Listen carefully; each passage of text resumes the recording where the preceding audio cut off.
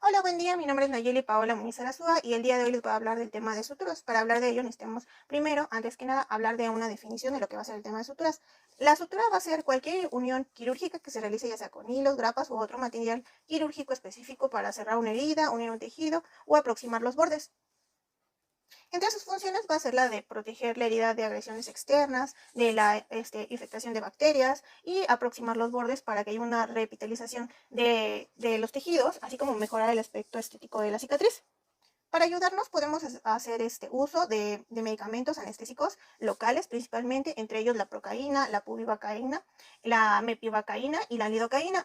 Algunos de ellos tienen una duración entre 45 a 60 minutos, otros van a tener entre 4 a 5 horas y otros más van a tolerar, van a tener una tolerancia similar. Todos ellos o la mayoría se van a utilizar o se van a infiltrar de forma subcutánea y también se puede hacer el uso de vasoconstrictores como la adrenalina para impedir que haya un sangrado más profuso cuando estemos realizando la aproximación de los bordes.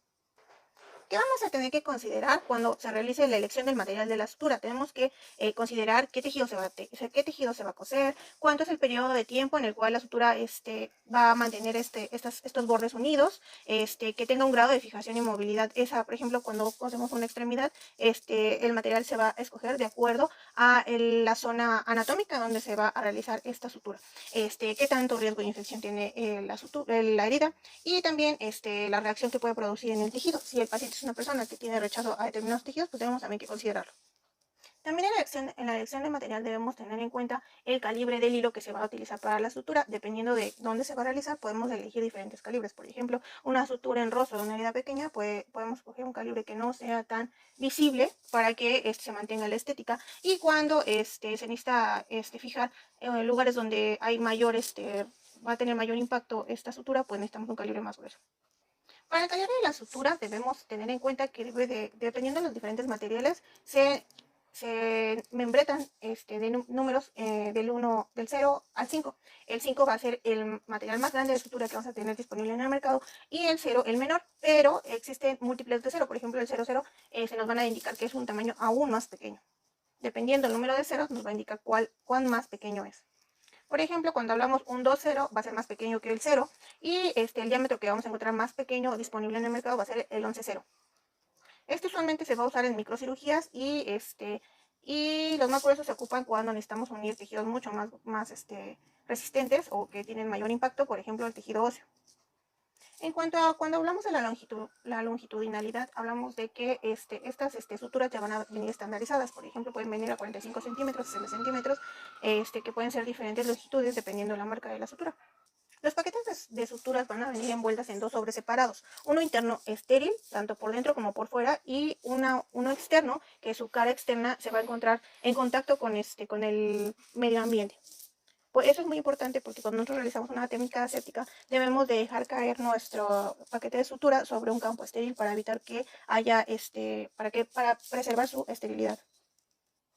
Los paquetes de suturas van a tener diferentes informaciones en ellos. Por ejemplo, va a decir la forma de la aguja, va a venir el calibre, va a venir el tamaño de la aguja, va a venir un código comercial que es con el que se le va a conocer, va a venir el material de la sutura, con qué material se está haciendo, va a venir el largo del hilo, o sea, la longitud, el método de esterilización que se ocupó para eso, la fecha de expiración, muy importante, el número de lote y el registro sanitario, así como una descripción genérica de la aguja.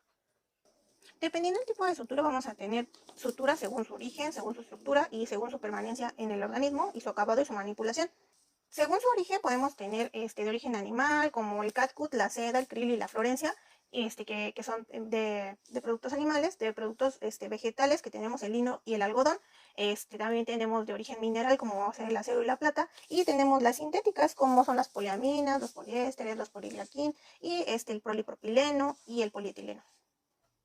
Según su estructura vamos a tener las traumáticas y las no traumáticas. Las traumáticas, estas no llevan un hilo incorporado a la aguja, entonces se le tiene que añadir este hilo al momento de suturar y pues son más traumáticas que las atraumáticas. Bueno, las atraumáticas ya tienen este hilo incorporado, entonces en el momento de realizar la sutura es menos el daño que sufre el tejido porque ya viene incorporado y no tienen que hacer un orificio más grueso para introducir las dos hebras.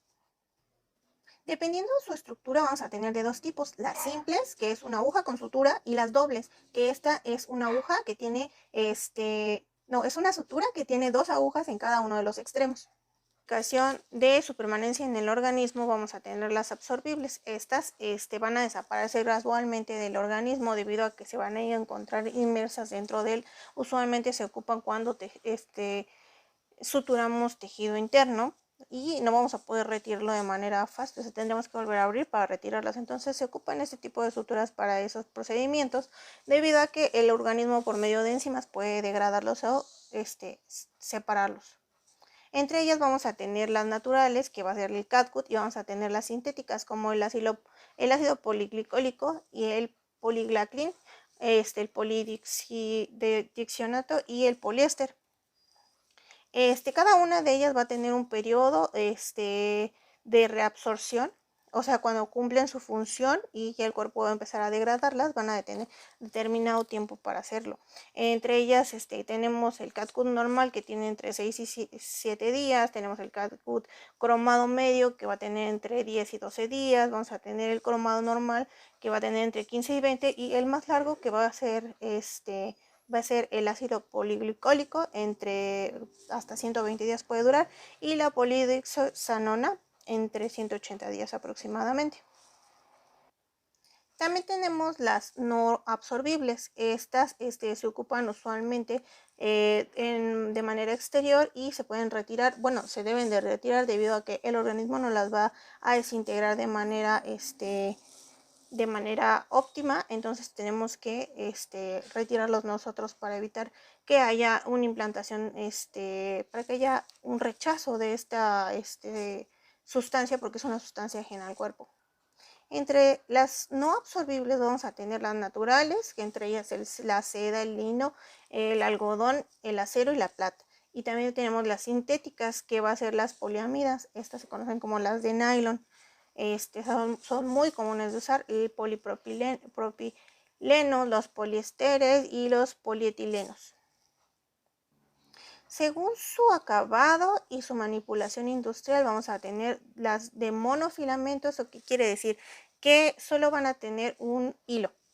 Estas van a tener menos impurezas, van a permitir que se asienten menos gérmenes en la estructura a cicatrizar, va a tener una cicatrización mínima y va a ser un anudado mucho más fácil. ¿Cuáles son sus desventajas? Que estas van a tener un difícil manejo debido a que pueden tomar la forma que tienen en el empaque, y su capacidad de sección de los tejidos va a carecer del efecto sierra de una sutura de monofilamento. También tenemos las de multifilamento. Estas van a estar formadas por varios filamentos trenzados y van a tener mucha mayor resistencia y mayor flexibilidad, mayor manejabilidad. En esta clasificación vamos a tener también las de recubrimiento o la de impregnado. Estas van a tener una capa superficial que va a ser hecha de teflón, de cera o poliblutarino. Esta, si bien pareciera que es de un solo filamento, debido a este recubrimiento va a ser multifilamental. Entre estas vamos a tener ejemplos como los torcidos, que va a ser el catgut, el lino, la seda. Vamos a tener los trenzados, que va a ser la seda, el poliéster y las poliaminas. Y los recubiertos, como el ácido poliglicólico y el poliglacin 910.